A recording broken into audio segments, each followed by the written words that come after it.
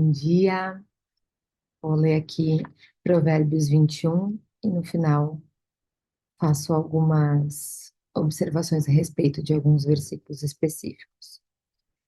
O coração do rei é como um rio controlado pelo Senhor. Ele o dirige para onde quer.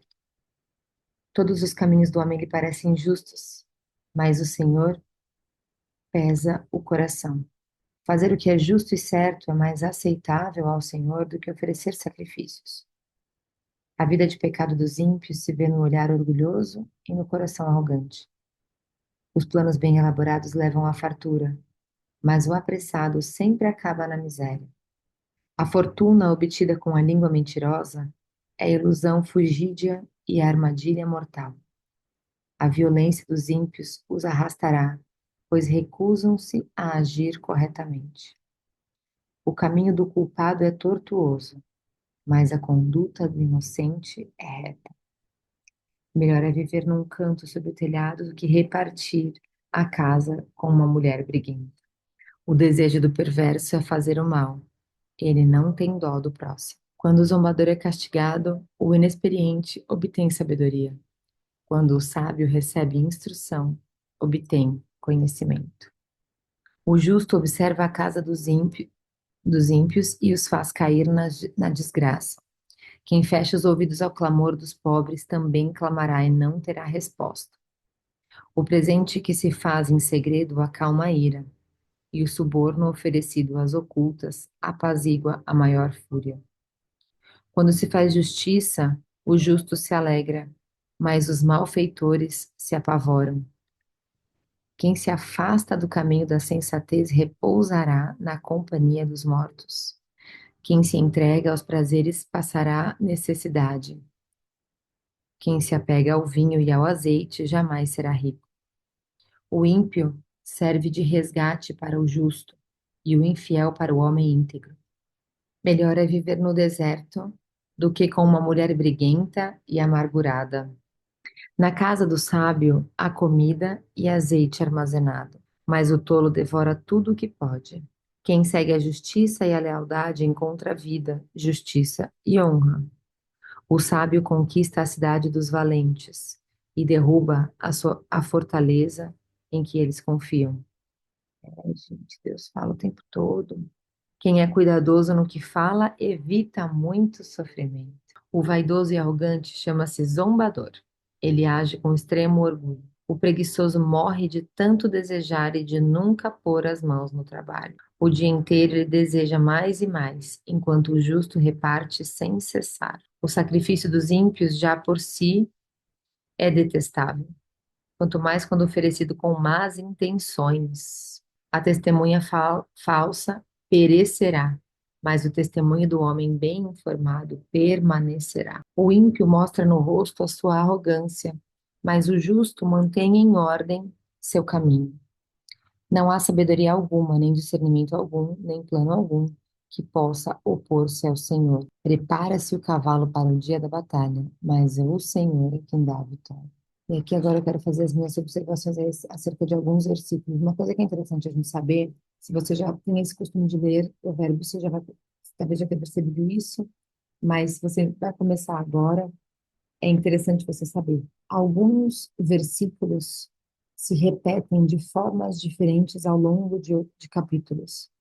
Então, como Provérbios fala muito sobre a busca de sabedoria, um encontro mesmo da sabedoria, ele vai falar de formas diferentes a mesma coisa, para que de fato as pessoas consigam entender.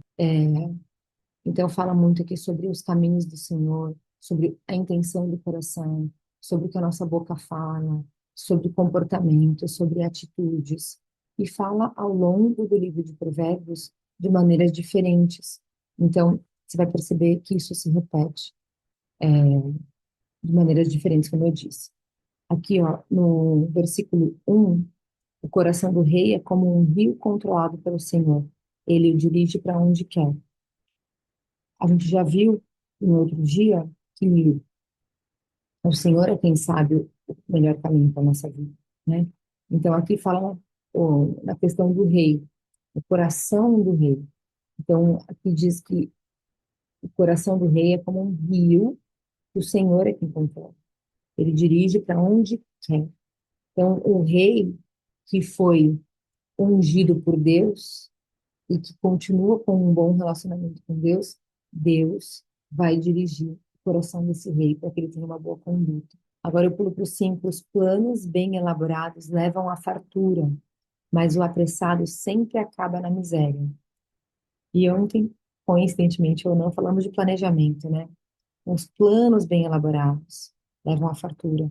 A importância da gente conseguir se planejar, a importância da gente conseguir sentar, fazer um bom planejamento financeiro, familiar, com o nosso marido, planejar as nossas próximas estações, como o que nós pretendemos fazer, consagrar os nossos planos ao Senhor e ter realmente um bom planejamento para que a gente tenha fartura na nossa vida, mas o apressado sempre acaba na miséria.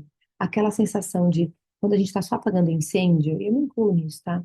Quando a gente está só apagando incêndio, só fazendo as coisas que são urgentes, só resolvendo alguma coisa quando a situação já está desesperadora.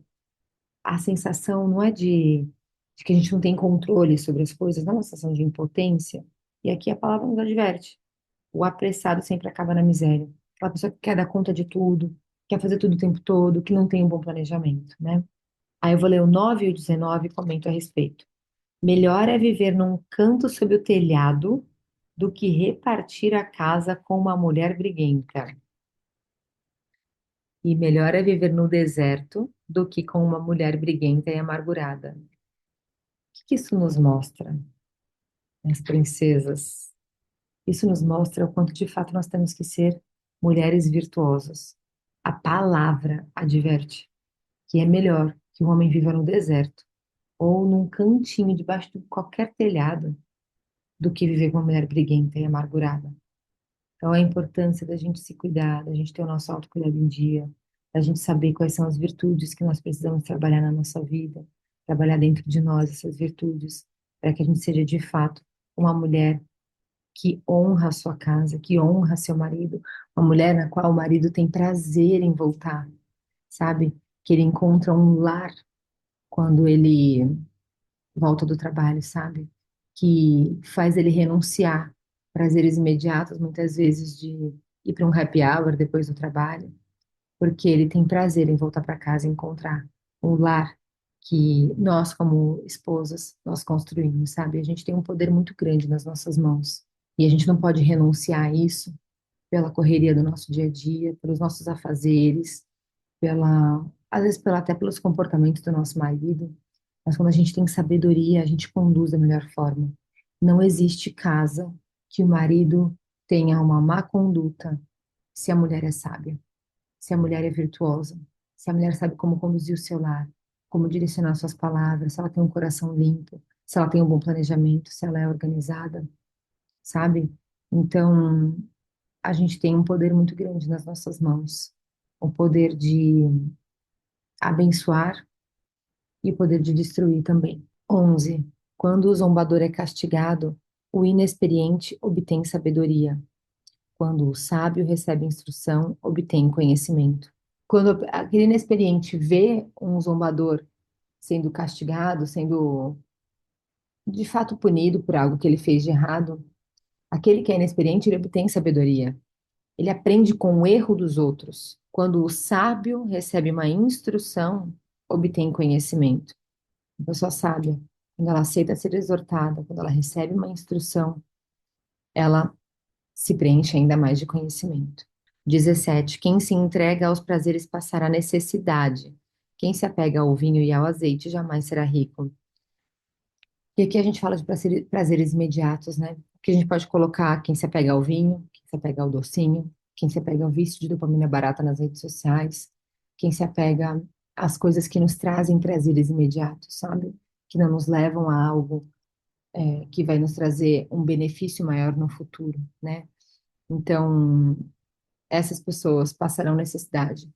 Porque quando a gente vive uma vida só de busca por prazer imediato, a gente não tem um planejamento longevo, a gente não sabe, a gente até às vezes sabe aonde a gente quer chegar, mas se a gente se deixa levar por esses pequenos prazeres, a gente não chega nos lugares aonde a gente quer chegar.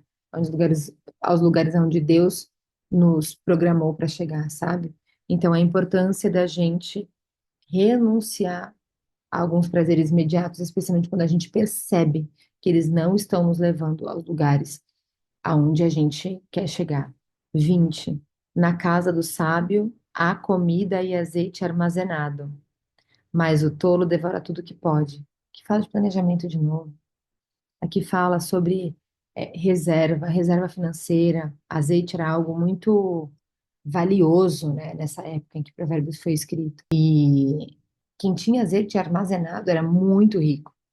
Então, aqui fala sobre você guardar, sobre ter um bom planejamento financeiro, sobre você conseguir, às vezes, até renunciar ao prazer imediato de comprar alguma coisa que você quer, para que você tenha riqueza, né, no futuro. E o tolo devora tudo que pode.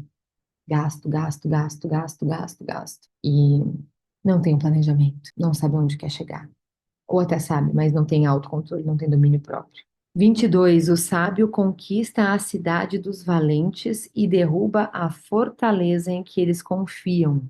Os valentões, aqueles caras que, ou aquelas mulheres, né, que confiam na força do próprio braço, que constroem os seus muros de defesa, as suas fortalezas, e porque confiam nessa fortaleza, essas fortalezas, elas são derrubadas por pessoas que são sábias.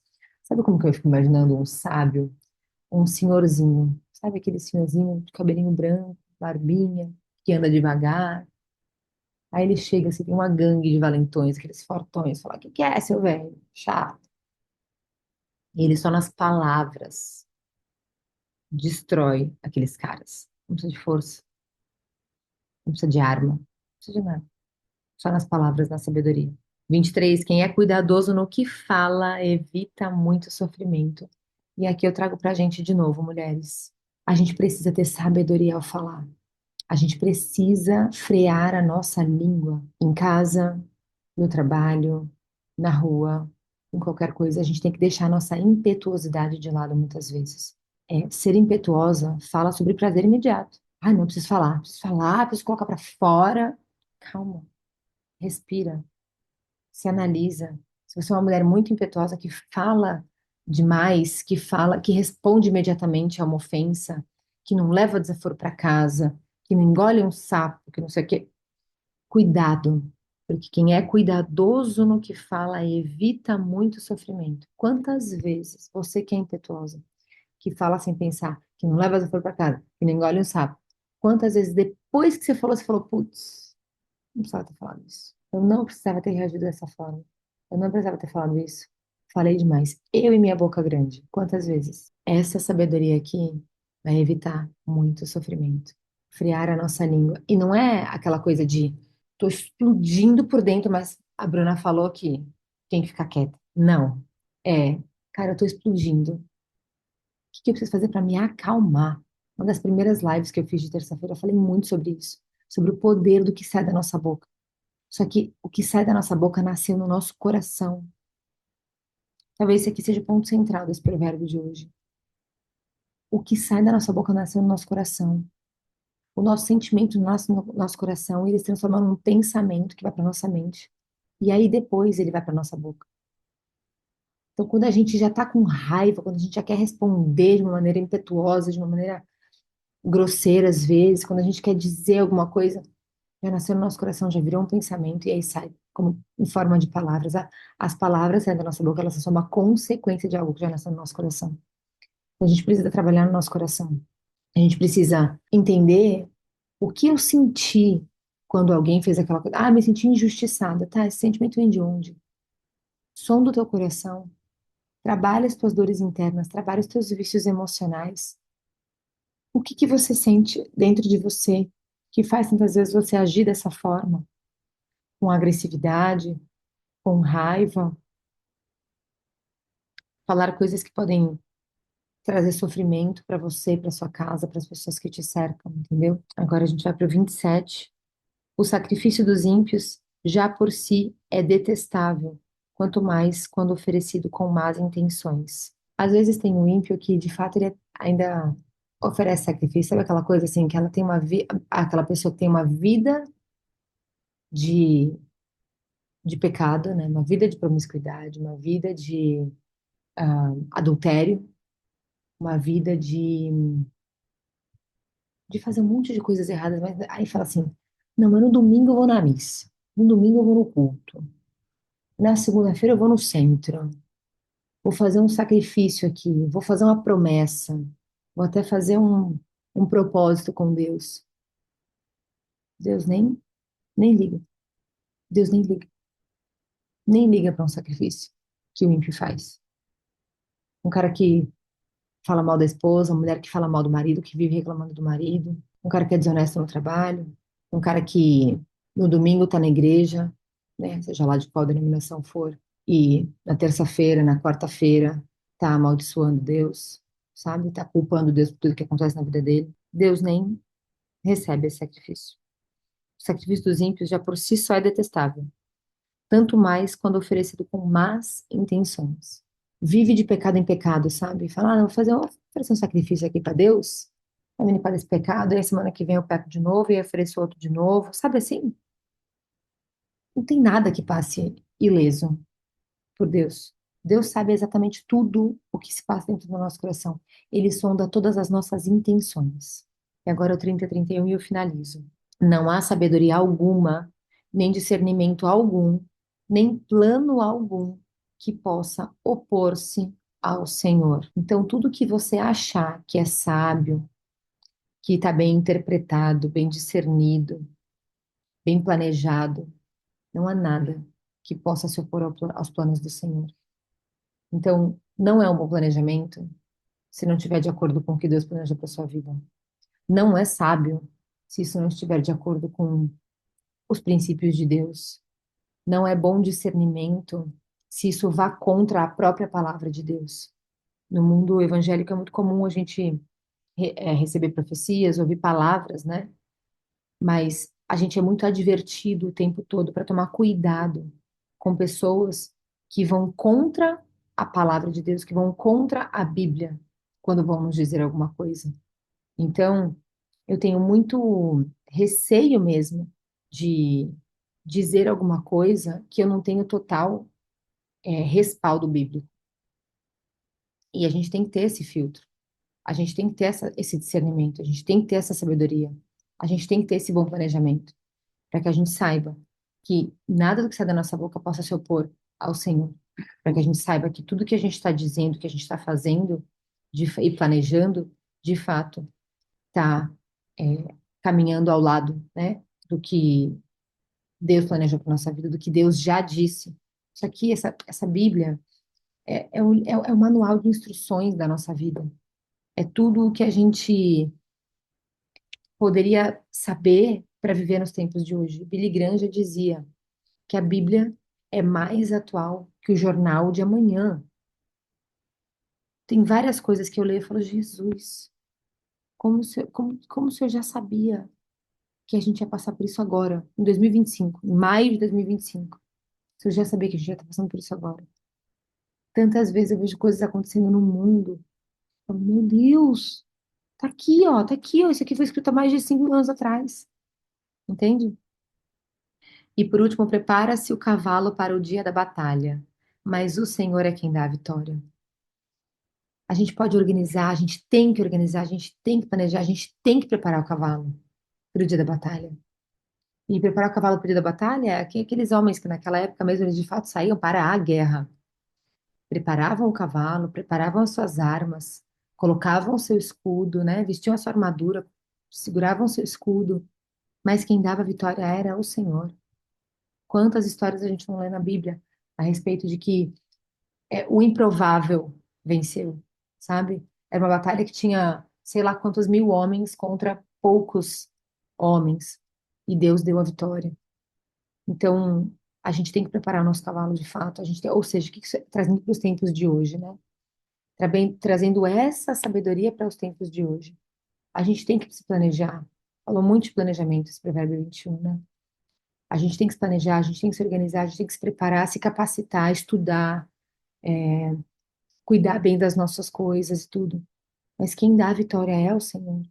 A gente tem que saber que quem nos capacita é o Senhor. Quem dá a palavra final é o Senhor. E o que que eu quero dizer com isso aqui, finalizar essa leitura de hoje?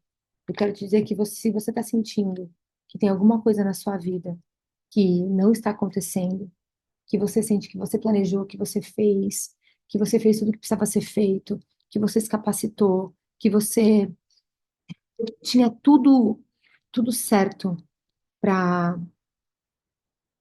aos seus olhos, para que o resultado viesse e ainda não veio, só se acalma. Não desvia o teu coração do Senhor, porque é Ele quem dá a vitória. É Ele quem dá a palavra final. Então não desanima, não desiste. Continua cuidando do teu cavalo. Continua preparando o teu cavalo.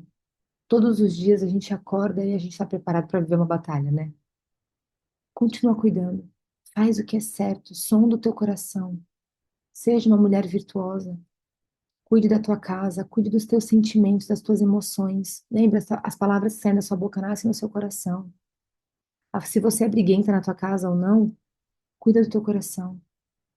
Isso nasce no teu coração. Cuida das tuas coisas. Cuida da sua família, cuida do seu lar, cuida do seu trabalho. A gente vai chegar em Provérbios 31 e vou falar muito sobre isso. A mulher virtuosa não é aquela mulher de antigamente, dos tempos da nossa avó, que ficava com o umbigo encostado no fogão só, sabe? E era muitas vezes usada, explorada assim. A mulher virtuosa, Provérbios 31 fala que ela dá ordem às suas servas. Ela muitas vezes tem ajuda em casa e ela governa na casa dela. Existem mulheres que não trabalham fora, que trabalham em casa e muitas vezes se sentem menores e diminuídas por isso. Não tem, não é, você não é menor nem diminuída por isso, caso você faça isso, caso você fique na sua casa. Não tem ministério maior do que cuidar dos seus filhos, cuidar do seu lar, cuidar do seu marido, cuidar da sua casa. A questão é o quanto você está feliz com isso, o quanto você está encontrando prazer nisso, o quanto você está encontrando propósito nisso. Existe um propósito lindo, mas você precisa aceitar. E caso você trabalhe fora, a mesma coisa. Não tem problema você trabalhar fora. O problema é quando você está sobrecarregada, quando você está se sentindo injustiçada, se sentindo cansada, porque você não aceita. A aceitação é o que faz o coração ficar em paz. Eu vejo mulheres que são 100% dedicadas à sua família, à sua casa, e não têm um trabalho fora de casa. São mulheres felizes, são mulheres que entendem o seu papel dentro de casa, que são um bom lugar, são um bom lugar para onde voltar. O marido volta feliz para casa, elas recebem bem, elas servem bem, elas cuidam bem dos filhos. Por quê? Porque elas são felizes com essa decisão que ela e o marido chegaram juntas. Não é aquela mulher que tá aqui, mas tá, putz, eu queria estar lá. Tá aqui, mas putz, eu queria estar lá. O coração dela não tá aqui. Quando a mulher tá bem decidida, ela aceita aquilo, o coração dela tá lá. E tudo que ela faz é bom e agradável. Assim como também conheço mulheres que são super empreendedoras, que estão super no mercado de trabalho, que super se dedicam e têm uma carreira linda e são bem-sucedidas. E sua família não desanda por causa disso. Seus filhos são felizes, seu marido tem um lar para onde voltar quando ela está em casa, ela governa a sua casa, ela dá ordem às suas servas, né? Como diz na palavra, literalmente na palavra. Ela governa, ela deixa tudo organizado, tudo planejado. E as coisas andam. É claro, gente, não existe mundo perfeito, não existe vida perfeita. A gente tem os nossos desafios. Eu falo por mim, tenho os meus desafios, tenho os meus momentos de insatisfação aqui, de, de um tropeço ali, mas a gente tem que voltar sempre para sondar o nosso coração e falar: o que está acontecendo? O que está desandando em mim? O que eu não estou aceitando? O que está mudando? Eu não estou querendo aceitar? Ou o que que eu tô querendo que mude, e eu não tô sabendo entender. Para, calma, se entende. Muitas mulheres, assim como eu, ficaram um período 100% no lar. E agora querem voltar para o mercado de trabalho. Qual é o problema nisso? Não há problema nisso. O único problema está quando essa mulher não está feliz com a decisão que tomou. E aí toma uma decisão dentro de si, mas não tem coragem de conversar com o marido a respeito daquilo. Olha, meu amor, agora eu não estou sentindo mais de ficar 100% em casa. As crianças já cresceram, a casa está bem encaminhada. Cara, eu tô sentindo vontade de voltar para o mercado de trabalho. Tô sentindo vontade de empreender com alguma coisa. Senta, conversa com teu marido, cara. Conversa com ele, planeja, reorganiza, calcula a rota, mas fique bem com a decisão que você tomou. Fique bem com aquilo que você decidiu na sua vida. E, de novo, se você está em casa, fique em casa e fique bem. Se você está em casa, mas está pensando nas milhares de coisas que você poderia fazer, seu coração não está em casa. Eu tenho certeza que você não está dando o seu melhor. Então, se é o seu momento de ficar em casa, de cuidar do seu lar, de cuidar da sua casa, de cuidar dos seus filhos, coloque o seu coração ali e execute um excelente papel, por uma fase, por um período que seja, até você querer voltar, até você sentir que está tudo ok para você voltar para o mercado de trabalho. Mas aonde está o seu coração? Aonde está o seu coração? Se você está fazendo uma coisa, mas seu coração está em outra, seu coração não está naquilo que você está fazendo. E vai ficar mal feito, entre aspas, sabe? E aí vai vir uma sobrecarga maior, uma culpa. Ai, porque eu tô aqui, mas eu não tô aqui, eu tô aqui, mas eu não tô conseguindo dar conta. Tem gente que menospreza o fato de mulheres que ficam em casa, né? E, e acha que a mulher que fica em casa, ela tá em casa com as pernas para cima, simplesmente fazendo nada, né? Mas não, cara, se você tem o privilégio de poder estar em casa, cuidando dessa primeira infância, dos seus filhos, você não tem noção do legado que você está deixando no mundo. Os filhos são a herança do Senhor. É, é algo que Deus nos deu nessa vida para que a gente pudesse conduzir. A gente está formando pessoas. Já pararam para pensar nisso? A gente está ajudando pessoas a formarem o seu caráter. A gente está dizendo para essas pessoas, para essas mini pessoinhas, quem elas são, o que elas merecem, a que ambientes elas pertencem. A gente precisa dar o nosso melhor nisso. E se você também está no mercado de trabalho, você não se isenta dessa responsabilidade. Nos momentos em que você está em casa, você também está fazendo isso. Não é o fato de você estar 100% em casa ou não que faz com que você tenha essa função, né? Nós, enquanto mães, enquanto mulheres, a gente tem essa função. A gente precisa fazer isso muito bem feito. É um período tão curto que a gente tem para poder fazer isso, de passar valores, princípios para os nossos filhos, de dizer quem eles são nesse mundo. Eu escuto muitas pessoas falando que criam os filhos para o mundo. Ah, a gente cria filho para o mundo, né? Um dia eles vão embora. Eu não crio as minhas filhas para o mundo. Não crio para largar elas nesse mundo de jeito nenhum. Eu crio as minhas filhas para o reino, para serem instrumento de Deus nessa terra. Eu ensino valores, eu ensino princípios, eu ensino para elas que elas não vão fazer coisas que alguns amiguinhos fazem. Não vão. E tanto que elas já têm juízo de valor. E muitas vezes elas chegam em casa e elas falam coisas que elas viram que aconteceram e que não é certo. E não é certo. E eu, nossa, que interessante. Elas já estão percebendo isso.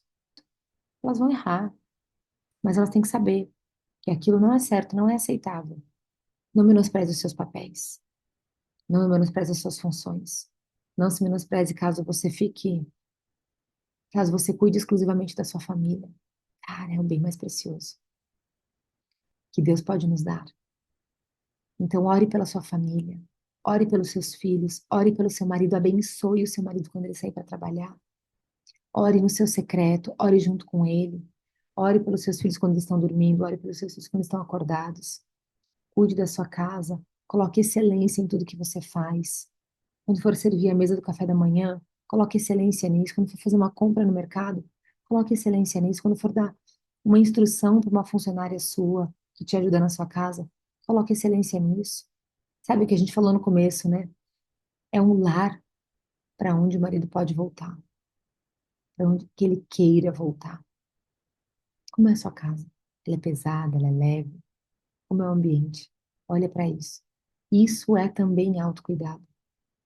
Ter um ambiente de paz é uma maneira de você cuidar de você mesmo, tá bom? E eu te espero amanhã para a nossa leitura de Provérbios 22, tá bom? Um beijo, excelente dia. Que Deus te abençoe muito.